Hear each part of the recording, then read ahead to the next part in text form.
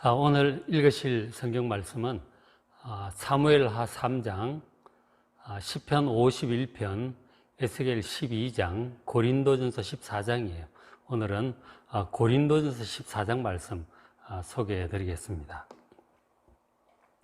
고린도전서 12장부터 14장까지는 성령의 은사에 관해서 이렇게 말씀을 해주고 있어요.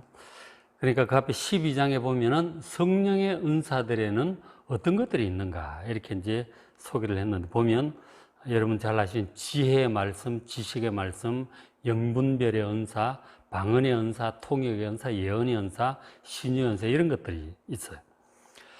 이제 은사 전반에 대해서, 은사와 직분에 대해서, 사역에 대해서 설명을 했고, 그 다음에 이어서 13장에는 가장 좋은 은사, 그 모든 것들을 온전하게 하는 가장 좋은 은사인 사랑에 대해서 말씀을 해주는 사랑장이에요. 참 사랑이란 어떤 것인가 볼 수 있죠. 그리고 이제 오늘 고린도전서 14장인데, 이 14장에는 이런 많은 여러 가지 성령의 은사들 중에서, 그 중에서 특별히 예언의 은사가 가장 좋은 것이니 그 예언의 은사를 특별히 추구하라, 그렇게 권면을 해주고 있는 말씀입니다. 특별히 이제 방언의 은사와 비교해서 이 예언의 은사의 이 좋은 점들을 얘기하면서 이 예언의 은사를 특별히 구하라, 이렇게 권면을 해주고 있는 그런 내용이에요.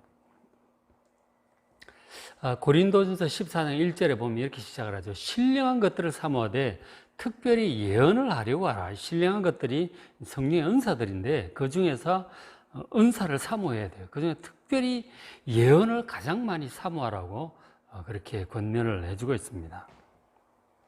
예언이 무엇일까요, 여러분? 예언의 은사. 예언의 은사가 가장 풍부하게 나타나는 사람들은 구약에 있는 예언자들, 선지자들이에요. 이사야 선지자, 예레미야, 에스겔, 다니엘, 이런 선지자들, 그 예언자들에 보면 예언의 은사란 저런 것이구나, 그렇게 알 수 있습니다. 그러니까 예언이란 보통 사람들이 통속적으로 이해하듯이 앞날을 알아맞히는 이렇게 이제 생각을 하는 경우가 많은데, 선지자들이 말한 내용을 보면 전부 앞날을 점쟁이처럼 알아맞히는 그런 내용이 아니잖아요. 그런 건 아니에요. 그러니까 전반적으로 하나님의 말씀을 받아서 사람들에게 전하는, 하나님의 뜻을 사람들에게 전하는 역할을 하는 사람이 이 예언자, 선지자들이에요. 그러니까 그 말씀 속에 장래 앞으로 되어질 몇 년 후에라든지 앞으로 아수르가 어떻게 되고 예레미야가 어떻게 되고 70년 후에 바빌론 포로를 마치고 돌아오고, 물론 미래에 관한 내용들이 있지만 그러나 그런 일부예요. 대부분은 하나님의 뜻을 받들어서 하나님의 말씀을 전하는 거예요. 그게 이제 예언자들이 한 일이고 그게 바로 예언이다 하는 것입니다. 그러니까 이제 우리 지금 에스겔서도 보고 앞에 예레미야, 이사야 다 봤는데, 그 말씀들을 보면 선지자들 어떤 말씀을 전하느냐면 이미 기록된 하나님의 말씀, 당시로 치면 모세오경, 율법서가 이미 기록되어 있죠.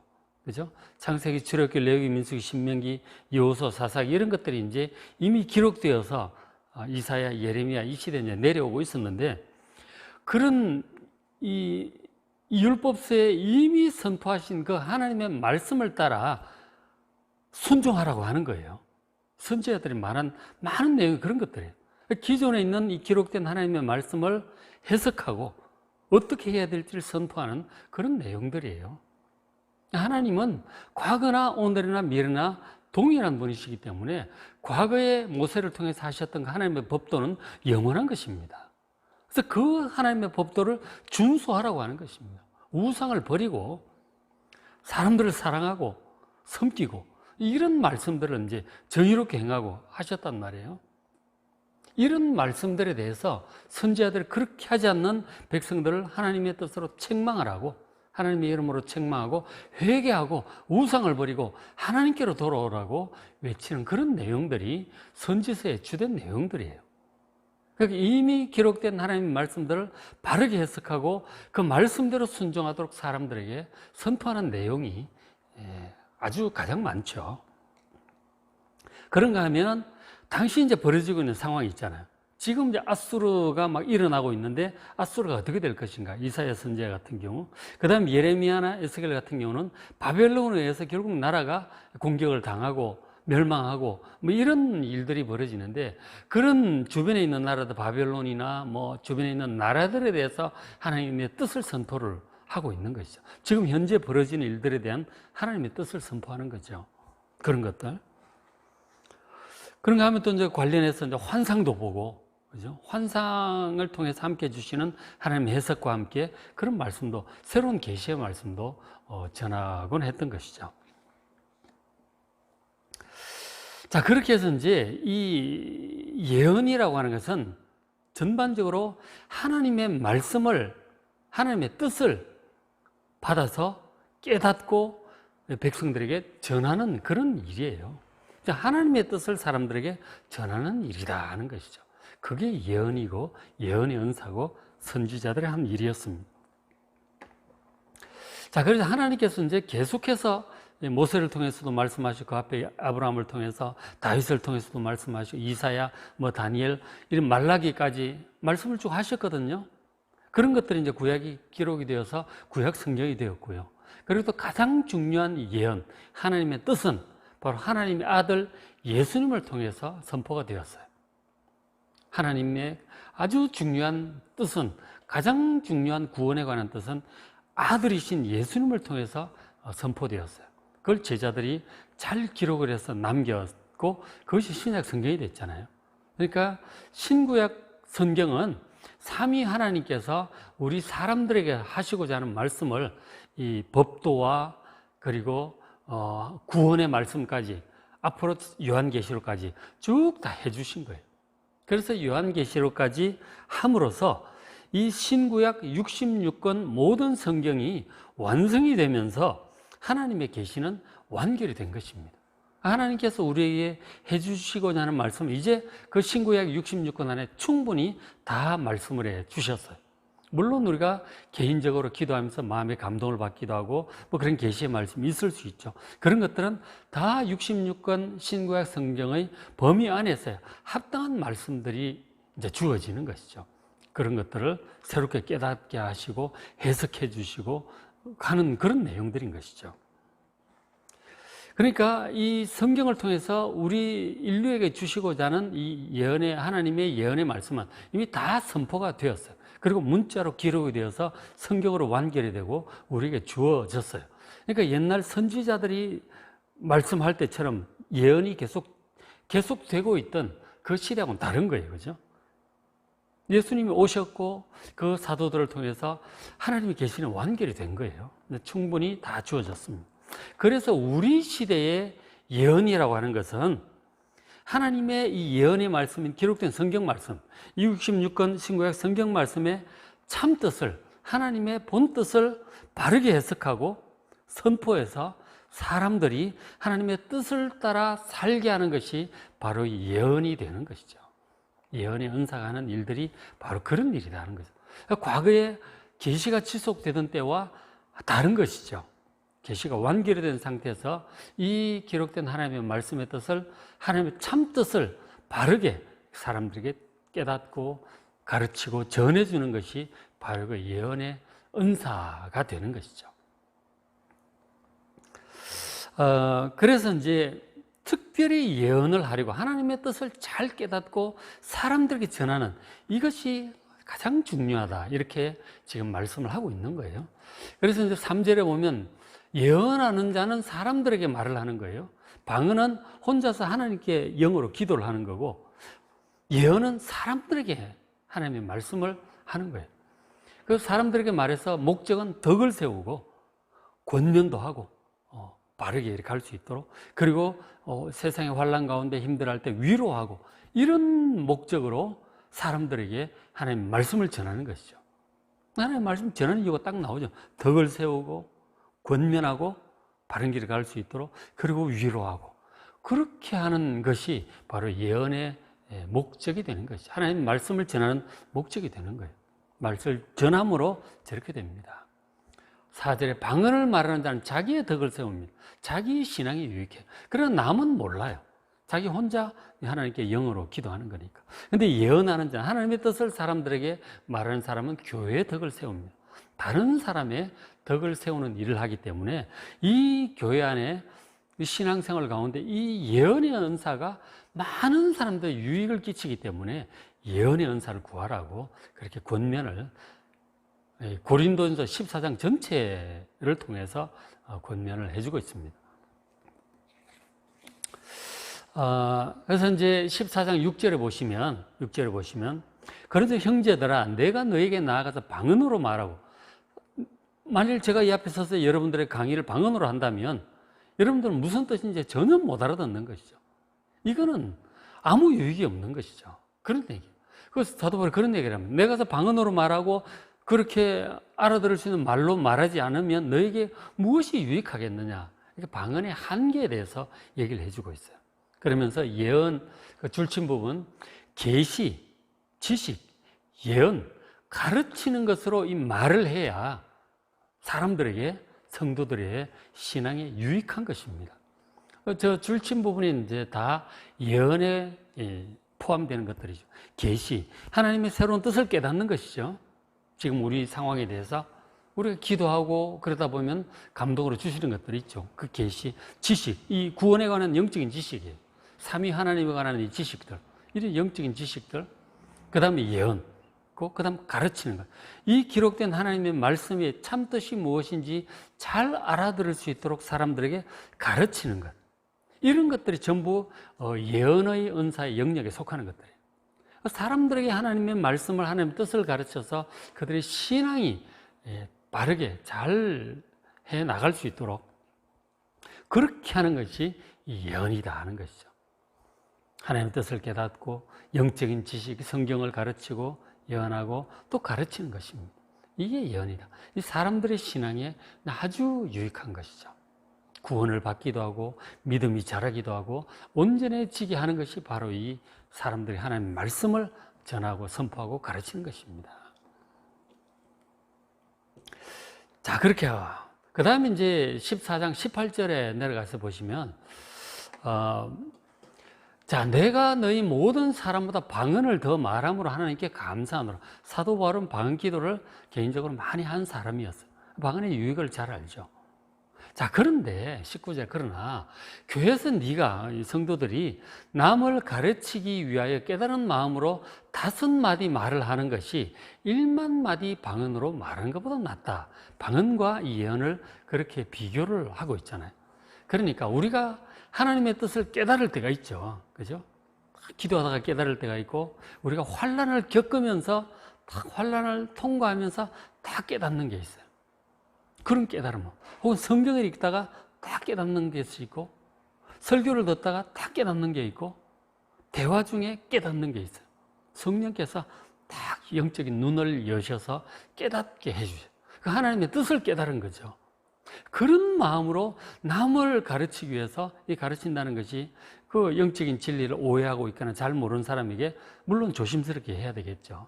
그렇게 이제 잘 이렇게 권면하고 이렇게 할 때 저 사람이 하나님의 뜻을 깨닫는다면 많은 이제 실수나 이런 것들을 이제 하지 않고 바른 길을 잘 갈 수가 있을 거예요.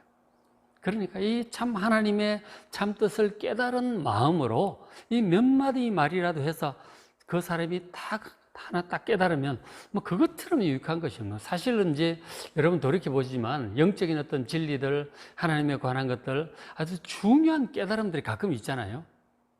그런 것들이 많은 환난과 어려움을 겪은 후에 하나 딱 깨닫고 그러잖아요. 많은 기도 끝에 하나 딱 깨닫기도 하고, 많은 고민 끝에 하나 딱 깨달을 때가 있단 말이에요. 그런 것들이 굉장히 이제 유익한데, 그런 것들 우리가 상대방이 이제 그런 것을 받을 만한 상황이 되었을 때 우리가 적절하게 딱 몇 마디 권면해서 그 사람이 그것을 딱 깨달았다.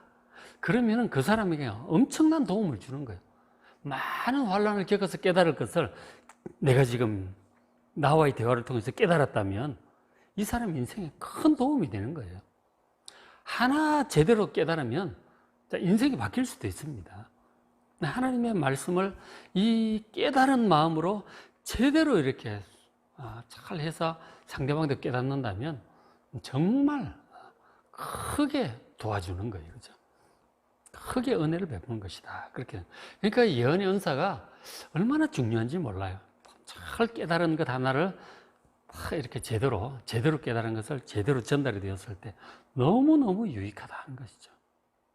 너무너무 유익하다는 것입니다. 그러니까 예언의 은사가 얼마나 귀한지 몰라요. 상담을 통해서, 전도를 통해서, 성경 공부를 통해서, 대화를 통해서, 권면을 통해서 이런 것들을 이렇게 전달이 되면 너무너무 귀한 사역이다 하는 것이죠. 참 유익한 것입니다. 그 다음에 이제 그 24절 보시면, 24절을 보시면, 이 예언의 은사에 또 신비한 측면을 하나 얘기를 해주고 있어요. 24절. 그러나 다 예언을 하면, 자, 믿지 아니하는 자들이나 알지 못하는 자들도 들어와서 이 예언의 말씀을 듣습니다. 자, 그럴 때 모든 사람들의 책망을 들으며 모든 사람들의 판단을 받고 그 마음에 숨은 일들이 드러나게 돼요. 자기밖에 모르는 어떤 마음속 깊은 생각이 딱 이렇게 드러나게 될 때가 있어요. 아주 신기한 일. 그러니까 이게 이제 성령의 은사적으로 신비하게 정말 이렇게 딱 자기밖에 모르는 일이 드러날 때가 있는 것이죠. 그런 사실이 드러날 때가 있는가 하면 자기 속적 깊은 마음이 드러날 때가 있어요. 대화를 통해서. 이 예언의 은사를 가진 이 영적인 아주 깊이가 있는 사람과 대화하다 보면 자기도 몰랐던 자기 속에 있는 마음의 깊은 본심을 깨닫고 본인도 놀랍니다. 그게 내 본심인 것 같다. 내 속에 그런 마음이 있었구나. 스스로 깨닫고 놀라는 것이죠. 그 예언의 은사를 가진 사람과 대화를 하다 보면, 하나님 뜻을 잘 아는 사람과 대화를 하다 보면 그런 것들이 쫙 드러나기도 해요. 신기한 일이죠. 그게 이제 성령의 계시로 다 이렇게 숨었던 사실이 드러날 때도 있는가 하면 이런 마음속 깊은 비밀한 것들이 드러나게 될 때가 있는 거죠. 하나님의 말씀에 비추어서 성령의 감동을 따라 예언의 은사를 가진 사람의 지혜로운 그 말을 통해서 대화를 통해서 이렇게 드러날 때가 있어요. 여러분 설교를 듣다가도 그런 것을 경험할 때가 있죠. 저는 여러분들의 상황을 잘 모르지만 설교를 듣는 분이 저거 목사님이 저희를 어떻게 알고 저런 얘기를 하지? 그런 얘기를 여러분 경험해 본 적이 있잖아요. 과거에 이제 목사님이 저 설교든지 그런 것들 진짜 저는 모르죠. 근데 성령께서 그렇게 하시는 거라고. 사용을 하시는 것이다. 그죠? 그게 이제 다 예언의 은사이기도 하죠. 혹은 이제 방언과 통역과 이런 기도를 통해서 또 그런 것들이 드러나기도 하죠. 아무도 모르는 일들이 이렇게 드러나기도 합니다. 그게 이제 예언의 은사의 신비한 측면 중에 하나인 것이죠. 그렇게 되면 정말 하나님 앞에 경배를 하게 되죠. 엎드려 하나님께 경배하며 하나님 참으로 계시는구나. 이 내 마음의 깊은 것을 어떻게 아시고 하나님께서 이렇게 말씀을 하시는가.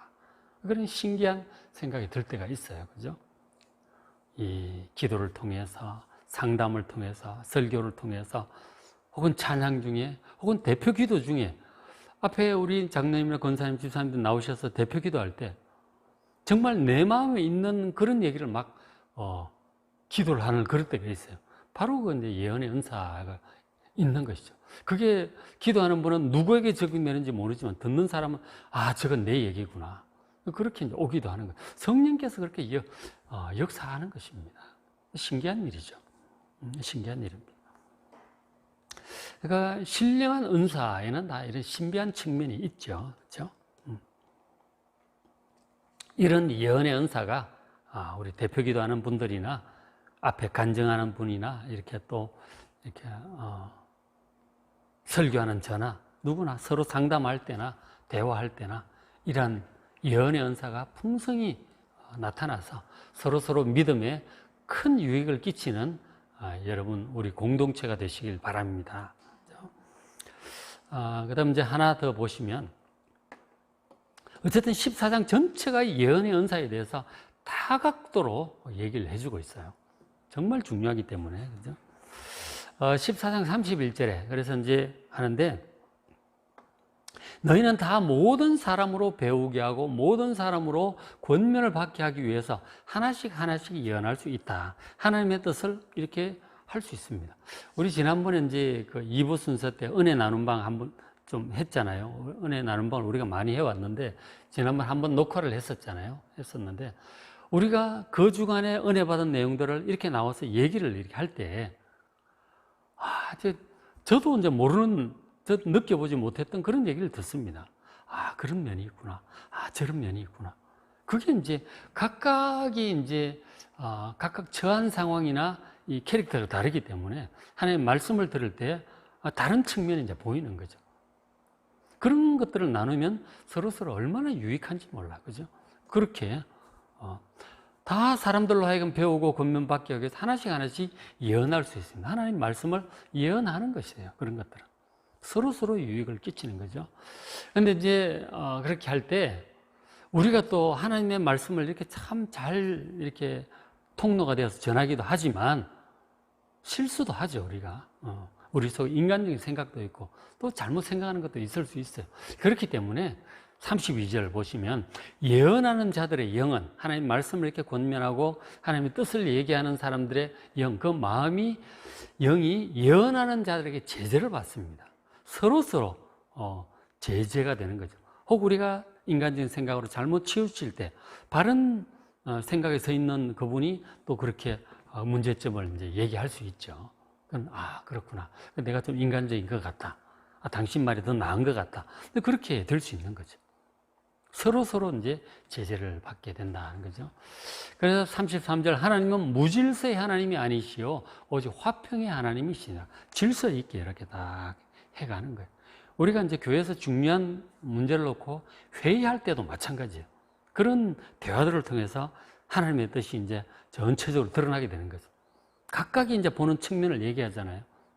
그러면서 대화를 통해서 그 사안에 대해서 하나님의 뜻이 이제 드러나게 되는 거예요. 그렇죠? 어떤 데 투표를 하기도 하고 그렇게 하는데, 어쨌든 이제 각각이 기도를 하는 사람이고 하나님께 순종하는 사람이고 말씀을 읽는 사람이고, 그래서 신앙생활을 이렇게 오래 하다 보면 하나님 뜻을 상당히 잘 분별하게 돼요. 그렇죠? 분별하게 됩니다. 서로 대화를 통해서 같이 이제 하나님의 뜻을 깨닫고 해 나갈 수 있는 가정에서도, 그래서 부부지간에 대화를 잘 하셔야 돼요. 둘 다 이제 신앙이 있을 경우에 남편이 보는 어떤 입장과 아내가 보는 어떤 측면, 그걸 다 듣고 아이들 얘기까지도 잘 듣고 이렇게 잘 지혜롭게 분별을 해야 됩니다. 그렇죠? 그런 지혜가 필요하다. 중요한 것은 하나님의 뜻을 깨닫고 그 뜻을 따라 행하는 거예요. 그래서 신앙생활 오래 하고 믿음이 좋은 분들은 아직 믿음이 연약한 분들에게 그렇게 권면할 수 있어요. 위로도 할 수 있고 덕을 세울 수 있고 자기가 깨달은 것으로 그렇게 그분도 깨달을 수 있도록 그렇게 할 수도 있습니다. 그렇게 할 수도 있어요. 그래서 오늘 그 고린도서 14장 이 예언의 은사에 대해서 자세하게 얘기하는데 그만큼 중요한 거예요. 하나님의 뜻을 얼마나 온전히 깨닫고 깨달은 사람은 다른 사람에게 큰 도움을 줄 수 있어요. 이런 것들을 깨닫고 예언의 은사가 풍성하여 하나님의 뜻을 가정마다 또 우리 교회에서 잘 분별해서 잘 축복의 길, 영생의 길, 바른 길로 잘 걸어가는 여러분 되시길 바랍니다. 오늘 9월 9일 맥체인 성경 읽기 사무엘하 3장 읽으시고 시편 51편, 에스겔 12장, 고린도전서 14장 말씀입니다. 직접 잘 읽어보시고 은혜 많이 받으시기 바랍니다.